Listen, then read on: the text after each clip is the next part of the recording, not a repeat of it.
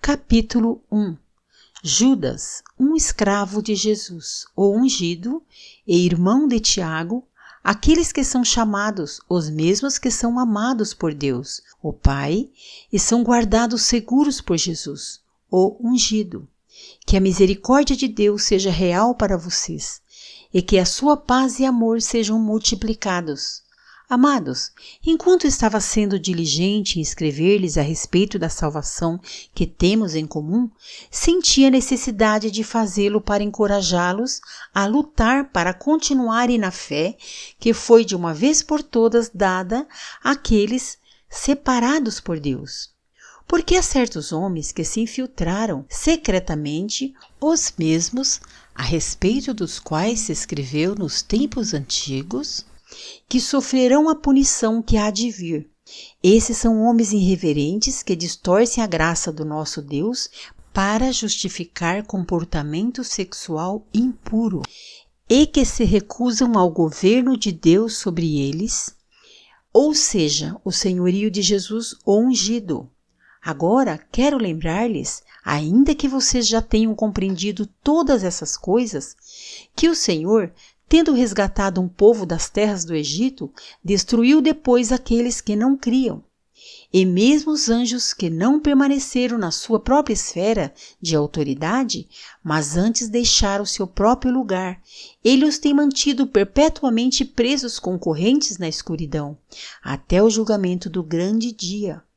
E considerem também Sodoma e Gomorra e as suas cidades vizinhas, as quais, da mesma forma, entregaram-se à prática do sexo fora do pacto do casamento e se engajaram em comportamento sexual depravado.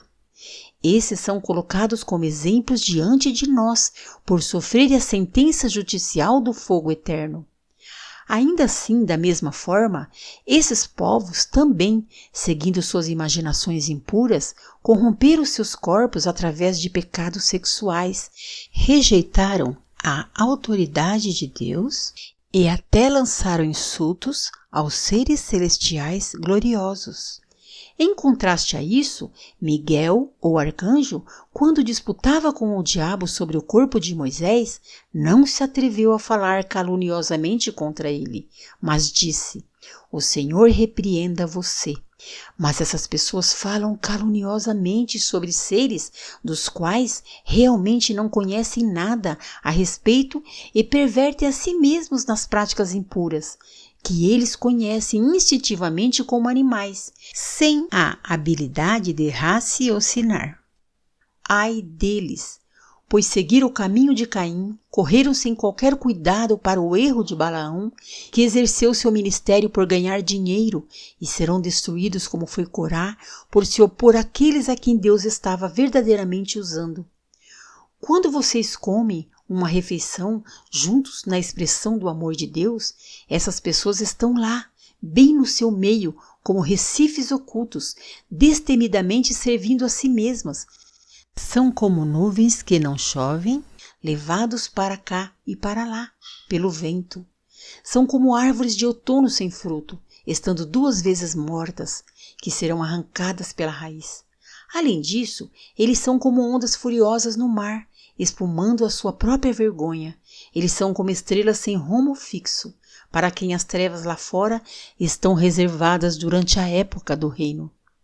Foi a respeito desses que Enoque, o 7º descendente de Adão, profetizou dizendo: "Vejam, o Senhor está vindo com dezenas de milhares dos seus santos para executar o julgamento sobre todos e convencer a todos os pecadores no meio deles de todos os seus feitos profanos que forem imorais e todas as coisas ofensivas que esses pecadores irreverentes falaram que eram opostas a ele.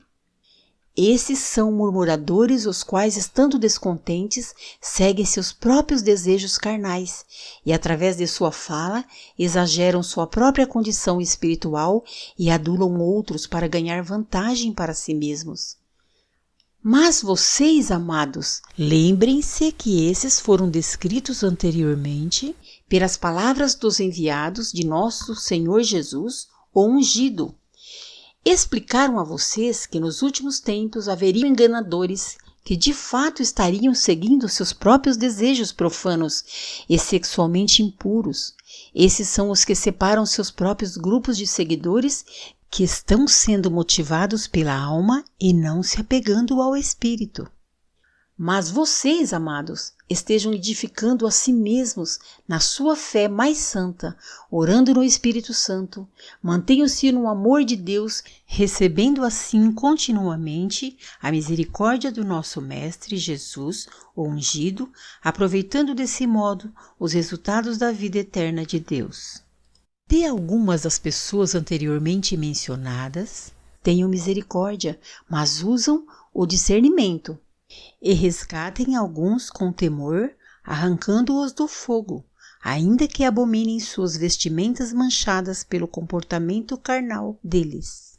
Agora, aquele que é capaz de não deixar que vocês tropecem e de colocá-los diante da presença de sua glória, sem mancha, com júbilo e alegria, ao todo sábio Deus, nosso Salvador, seja a glória, majestade, domínio e poder, tanto agora como por todas as eras. Amém.